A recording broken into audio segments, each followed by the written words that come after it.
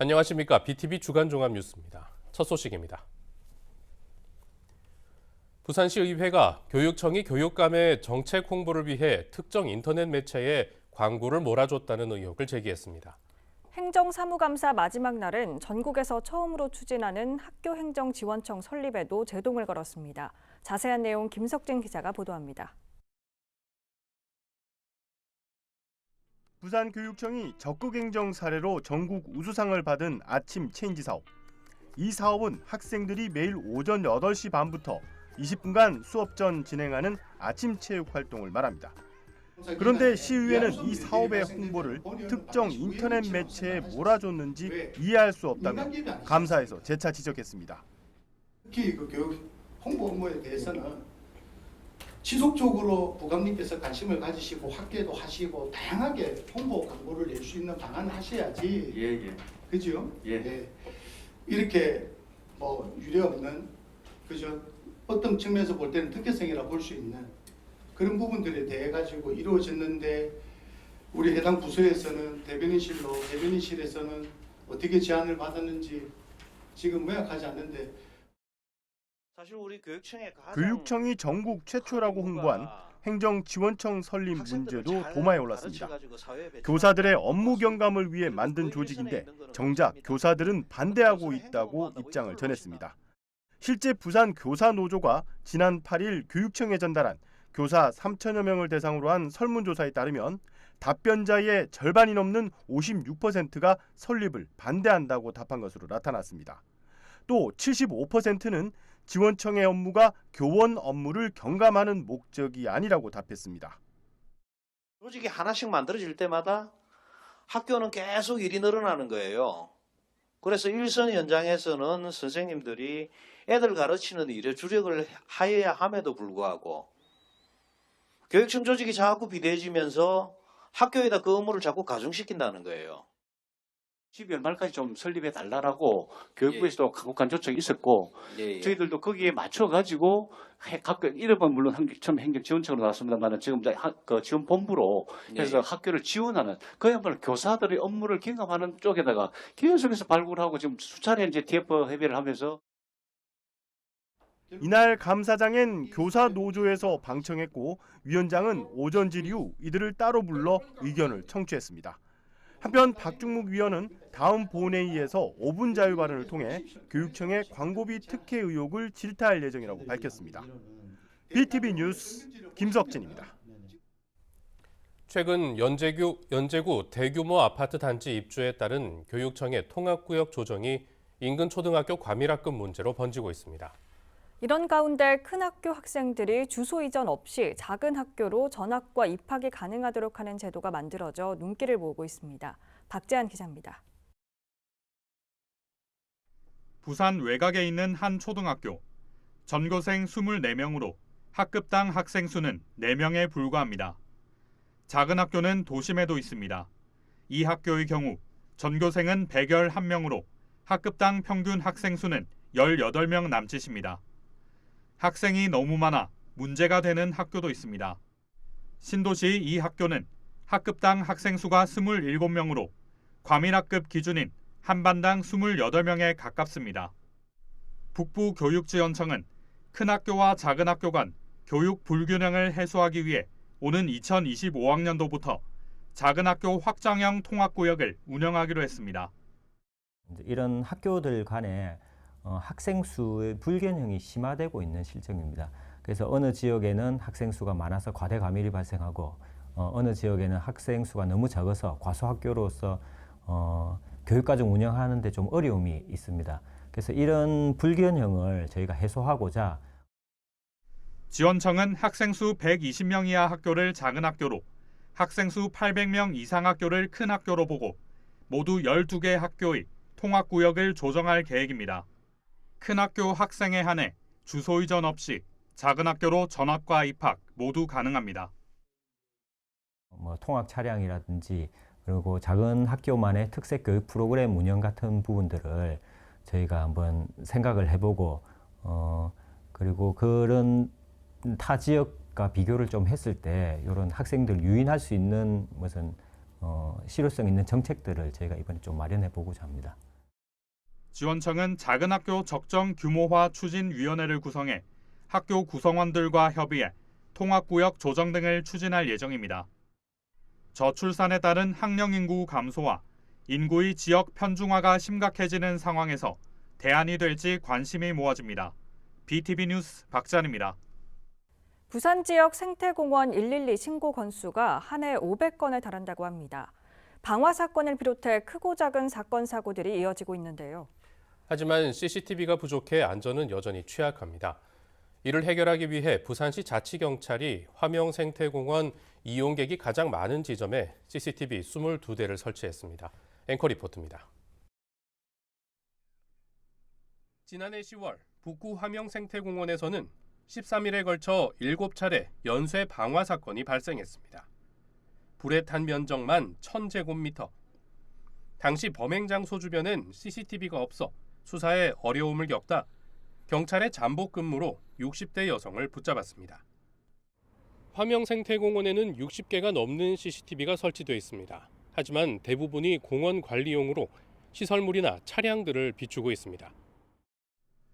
300만 제곱미터, 91만 평에 이르는 공원 면적에 연간 93만 명이 찾고 있지만 CCTV가 부족해 안전에 취약하다는 지적은 계속돼 왔습니다. 최근 부산시 자치경찰위원회는 화명생태공원 산책로에 방범용 CCTV 22대를 추가 설치했습니다. 유소년 야구장에서 축구장까지 1km 구간, 산책로가 만나는 지점 6곳에 회전형 6개, 고정형 16개가 설치됐습니다.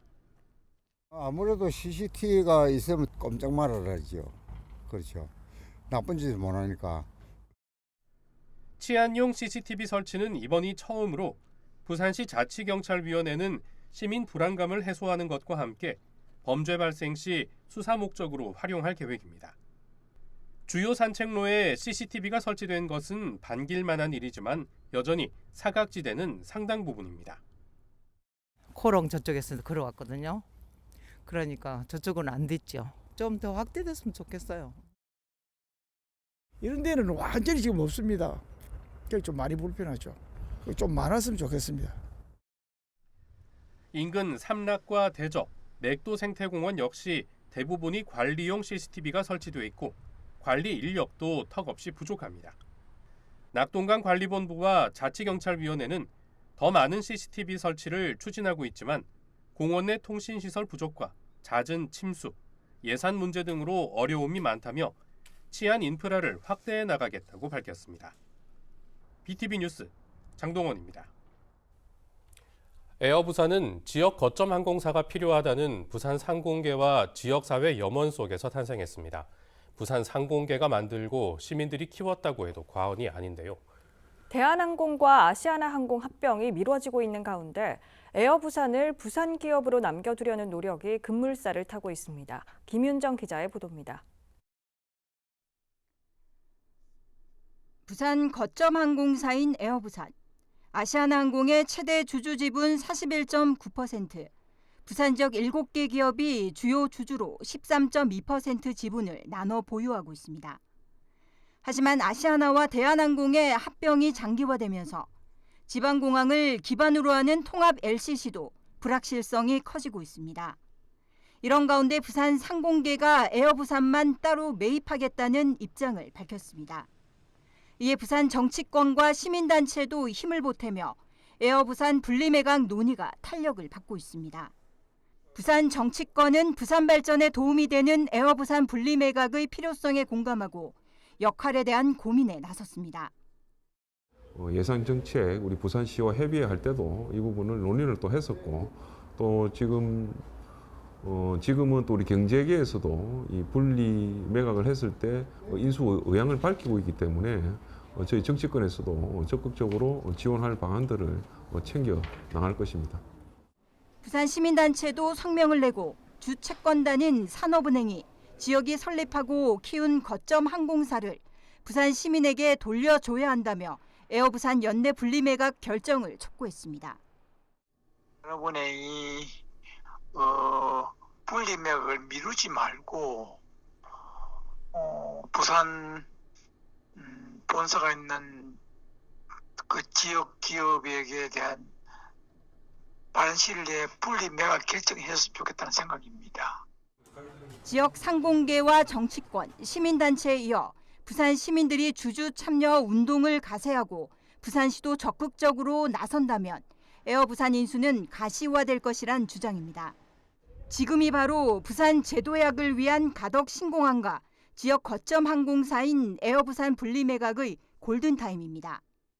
지역 기업이 컨소시엄을 구성해 에어부산을 인수하겠다는 뜻을 밝히면서 에어부산 매각이 내년 부산 총선의 주요 쟁점으로 떠오르고 있습니다. BTV 뉴스 김윤정입니다. 낙동강변 생태공원은 상습 침수 지역입니다.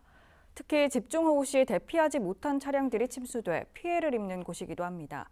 그래서 낙동강관리본부는 지난해 여름 침수 위험 신속알림 시스템을 구축했는데요. 1년이 지나도록 작동조차 안 되는 장비가 있다고 합니다. 보도에 김석진 기자입니다. 집중호우 때마다 차량 침수 피해를 입는 낙동강 생태공원입니다. 낙동강관리본부는 지난 여름 예방 시스템을 구축했습니다. 차량 출입 시 번호를 인식해 위험 상황이 되면 차주에게 알림 문자를 보내는 겁니다. 설치된 시설은 CCTV와 제문자 전광판, 그리고 주차 관제 설비 등입니다. 본부는 생태공원 4곳에 주차장 18개소에 설치했습니다. 설치 비용만 19억 4천만 원. 그런데 일부 시설이 정상 작동하지 않는 것으로 나타났습니다. 차량 출입을 통제하는 차단기는 아예 없는 데다 차량 번호를 인식하는 CCTV는 다른 방향으로 돌아가 있습니다. 제문자 전광판도 꺼져 있습니다. 운영을 멈춘 장비는 CCTV 60세대 중 15대, 제문자 전광판은 18대 중 5대고 주차 관제 설비도 19대 중 4대로 확인됐습니다. 낙동강관리본부는 무선 데이터 방식으로 설치된 구간에 문제가 발생했다고 밝혔습니다. 기존에 뭐 그런 게 쭉 있었으면 문제가 대두가 되고 이렇게 알고 있었으면은 뭐 감독이랑 설계 영역처럼 이런 문제가 있으니까는 반영을 해라. 다 무선으로 돼 있는 거를 유선으로 다 받고 이래 했을 건데 그 당시에는 이제 그런 문제점이 뭐 대두가 안 돼가지고 이제 설계를 할 때 설계 용역을 할 때 뭐. 본부는 2천여만 원을 들여 시스템 개선 용역을 맡겼습니다. 무선 방식을 유선으로 바꾸는 겁니다. 부산시가 10수억 원을 들여 만든 시스템이 1년여 만에 정상적으로 작동되지 않는 데다 처음부터 무선이 아닌 유선 선로로 설계했더라면 재차 용역을 하는 일도 없었을 것이며 또다시 추가 예산을 편성해서 공사비를 편성하는 일도 없었을 것입니다. 예산 확보에 급급해 시설물에 대한 제대로 된 검증 없이 설치하고 운영도 제대로 못한 탁상 행정에 대한 비난이 쏟아지고 있습니다. BTV 뉴스 김석진입니다.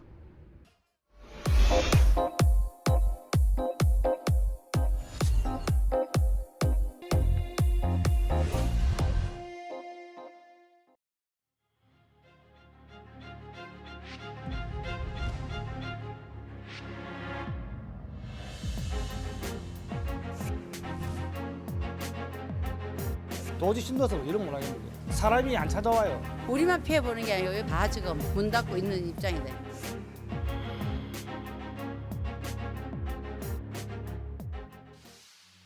술과 회를 먹으면서 광안리를 감상할 수 있어 관광객이 몰려들었던 밀락 수변공원. 많은 사람들로 인한 쓰레기 문제와 소음 등 민원이 발생하면서 올해 7월 1일부터는 금주구역으로 지정됐습니다. 밀락 수변공원이 금주구역으로 지정된 지 4개월.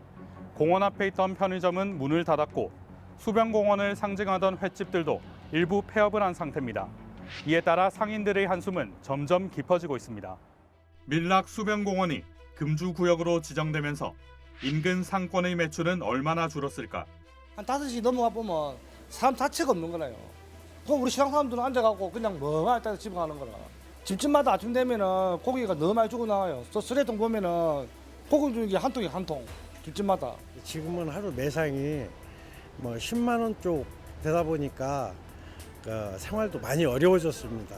처음에 한 달, 2달 버티다가 안 되니까 내놓고 업종 변경하고 그다음에 지금 장사를 하고 있지만 임대 기간이 남아 있으니까 임대를 못 붙이고 저희도 지금 걱정해요. 이걸 어차피 요 내놓으시면 뭐 권리금도 못 받고. 딱 보니까 매출이 한 95%가 떨어지는 거라요. 95%더 이상 방법이 없으니까 또 앉아 있으려고 해도 우리 직원들도 미안해하고 해서 스스로 그만둔다 하더라고요. 그래서 지금 반의 반값을 내놔도 점포가 안 나갑니다. 그러니까 집세는 비싸죠. 매달만 나가야 되죠. 인근 상인들은 상권 회복을 촉구하는 비상대책위원회를 꾸려 금주구역 중재를 촉구하고 있습니다. 상인들은 밀락 수변공원 금주 지정 전 구청에서의 충분한 공론화 과정이 없었다고 말합니다. 단 한 차례의 용역 설명회만 개최했을 뿐이고 이마저도 공청회라는 이름으로 포장했단 겁니다. 우리가 오늘 아침에 우리가 이제 집회하고 갔다 왔거든요. 인의 시위하러 갔다 왔는데 그 구청장님 만나고 해도 아무 응답이 없으니까 구청장님은 해도 너무한 거라. 수영구청장이 괘씸한 심정이라 우리는. 왜 우리를 죽이려 하냐고. 쟤는 구민을 살리기 위한 구청장이지 구민을 죽이려 하는 구청장이 아니잖아요. 그렇다면 금주구역 지정 이후 시민들의 반응은 어떨까? 가끔 가다가 좀 불만이신 분들도 계시는데 대체적으로는 괜찮다고 하세요.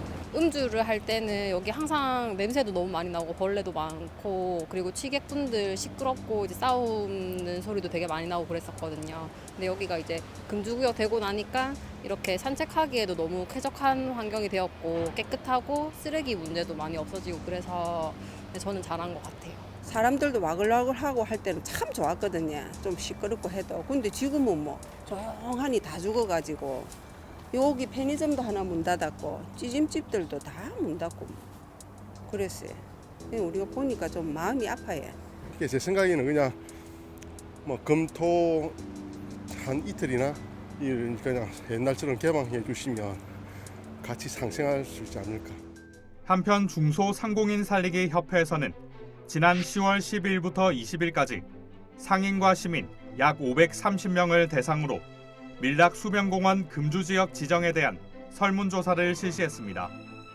금주구역 지정 후 밀락 수변공원 방문율이 더 높아졌냐는 질문에는 49.5%가 전혀 그렇지 않다, 37.6%가 그렇지 않다고 대답했습니다. 또한 금주구역 지정 이후가 낫냐는 질문에는 약 80%에 가까운 시민들이 그렇지 않다고 답했습니다. 금주구역 지정 후 수영구 지역민의 방문율이 높아졌냐는 질문에는 63.2%의 상인들이 전혀 그렇지 않다고 대답했고 타 지역 방문율 또한 높아지지 않았다고 답했습니다. 금주공원 지정 후에 실제 지역 경제와 골목 상권에 대한 상인들이나 지역 주민들은 어떤 생각을 하고 있는지 알아볼 필요가 있었습니다. 설문조사 결과 실질적으로 금주공원 지정이 지역 상권에 상당한 피해를 주고 있다. 지자체가 앞으로 제도를 만들 때 해당 피해 상인들의 목소리를 잘 반영하고 지역 주민의 목소리를 제대로 파악할 필요가 있다. 그런 부분에서 큰 의미가 있다. 그렇게 보입니다.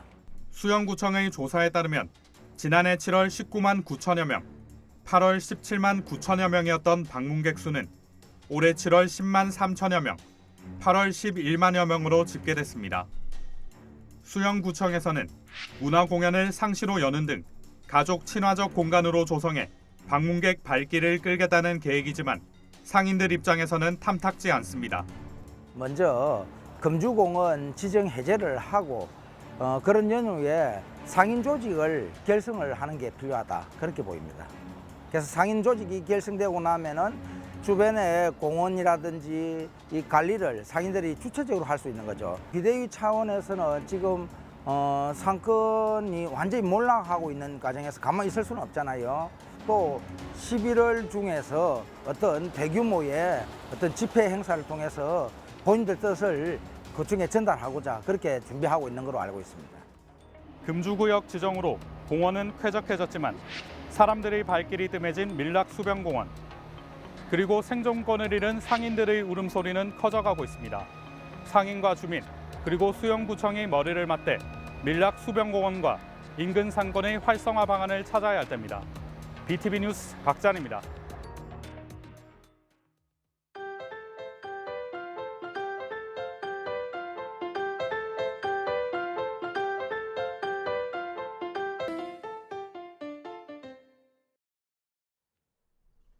사상구 덕포동 주택가 한켠에 있는 보리밥집입니다. 깔끔한 식당 내부에 가지런히 놓여 있는 반찬들. 보리밥집답게 비벼 먹을 수 있는 나물 위주로 구성됐습니다. 종류만 무려 7가지. 먼저 큰 그릇에 보리밥을 담습니다. 보리밥만 먹기 싫다면 옆에 흰 쌀밥도 담으면 됩니다. 그리고 원하는 비빔 재료를 담습니다. 제일 중요한 참기름과 고추장도 자리에 있습니다. 그런데 반찬이 이게 다가 아니었습니다. 얼큰한 된장국과 구수한 달걀찜이 따로 나옵니다. 여기에 쌈채소도 있고 시원한 물김치 국물을 곁들이면 배부른 한 끼를 해결할 수 있습니다. 이렇게 푸짐한 한 끼가 6,000원. 후식으로 귤과 숭늉이 있으니 꼭 드셔보시길 바랍니다. 제가 음식하는 걸 되게 좋아해요. 그리고 주위 사람들과 나눠 먹는 것도 되게 좋아하고 좋아하는 일이니까 이제 그게 직업이 되긴 했는데 어쨌든 뭐 하다 보면 뭐가 남아도 남겠죠. 안 남고는 할 수 없으니까. 주위에 도움을 주시는 분들이 많아요. 뭘 재료를 뭐 이렇게 밭에서 갖다 준다든지 뭐 기타 등등. 그래서 아마 이 가격이 유지가 되는 것 같기도 하고 또 이제 뭐 부담 없이 함께 먹을 수 있는 게 요즘 없잖아요. 가게를 운영한 지 10년 됐다는 주인장. 손맛뿐만 아니라 손기술도 예사롭지 않습니다. 직접 그린 수채화들이 가게 안에 전시돼 눈길을 붙잡습니다. 이 가게 착한 가격 업소인데다 매달 한 번씩 동네 홀로 어르신들에게 식사를 대접하고 있다니 정말 착한 가게가 맞습니다. 가게 운영 시간은 오전 11시부터 오후 2시 반까지, 일요일은 쉰답니다. 참, 오리백숙과 불고기도 파는데 미리 예약해야 맛볼 수 있답니다. 사상구 감전동에 있는 한식 뷔페입니다. 일단 들어서면 규모에 놀랍니다. 손님들도 많습니다. 1인분 가격은 7,000원. 먼저 계산 후 식판을 집어듭니다. 반찬은 12가지. 식판에 반찬 놓을 자리가 부족할 지경입니다. 그렇다고 한 번에 너무 많이 올리면 안 됩니다. 왜냐하면 국수도 있고 비빔밥도 먹을 수 있기 때문입니다. 여기에다 토스트도 맛볼 수 있습니다. 달걀은 셀프로 원하는 만큼 구워 먹을 수 있습니다. 대신 남기지 말아달라고 주인장은 당부합니다.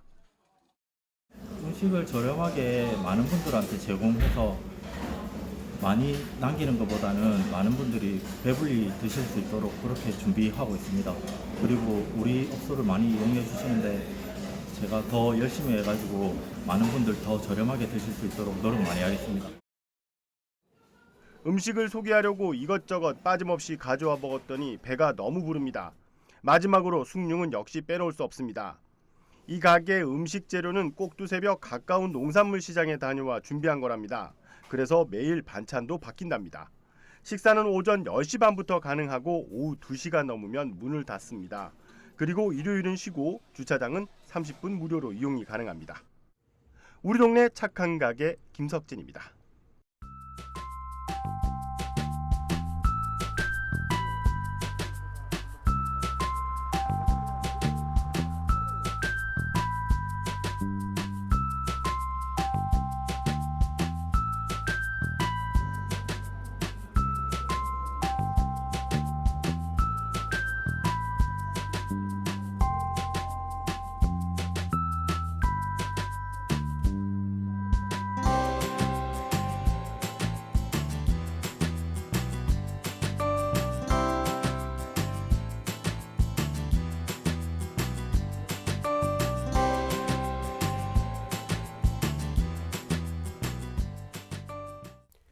이상으로 BTV 뉴스를 마칩니다. 시청해주신 여러분 고맙습니다.